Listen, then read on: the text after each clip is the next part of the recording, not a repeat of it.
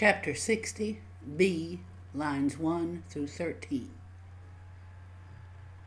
There were in that legion very brave men, centurions, who were drawing close to the first rank, Titus Pullo and Lucius Varenus. These guys had constant quarrels or controversies between themselves, which one would be preferred or promoted. And in all the years, they squabbled about this place with the greatest rivalry. Out of these guys, Pullo, since there was it was being fought fiercely, there was fierce fighting at the fortifications, said, "Varenus, why are you hesitating? What are you stopping for? Or what place of proving your virtue, your courage, are you waiting for? This day will decide about our controversy."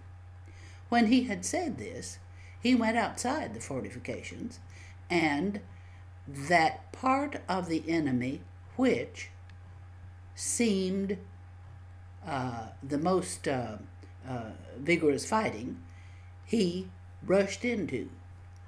Now Varenus did not indeed keep himself then in the fortifications, but fearing the judgment of everybody, followed along there. Notice this is a really involved place. Part is nominative. Quae is a relative pronoun. And part is just really kind of standing by itself. That part of the enemy which seemed most filled with the enemies is the place he rushed into. It's a very curious place.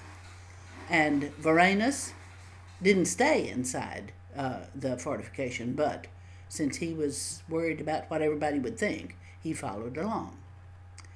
In a little bit of space left, Pullo threw his javelin at the enemies, and he pierced through one of the multitude who was running forward, whom, having been struck and knocked out of consciousness, they, that is the enemy, protect this guy with their shields.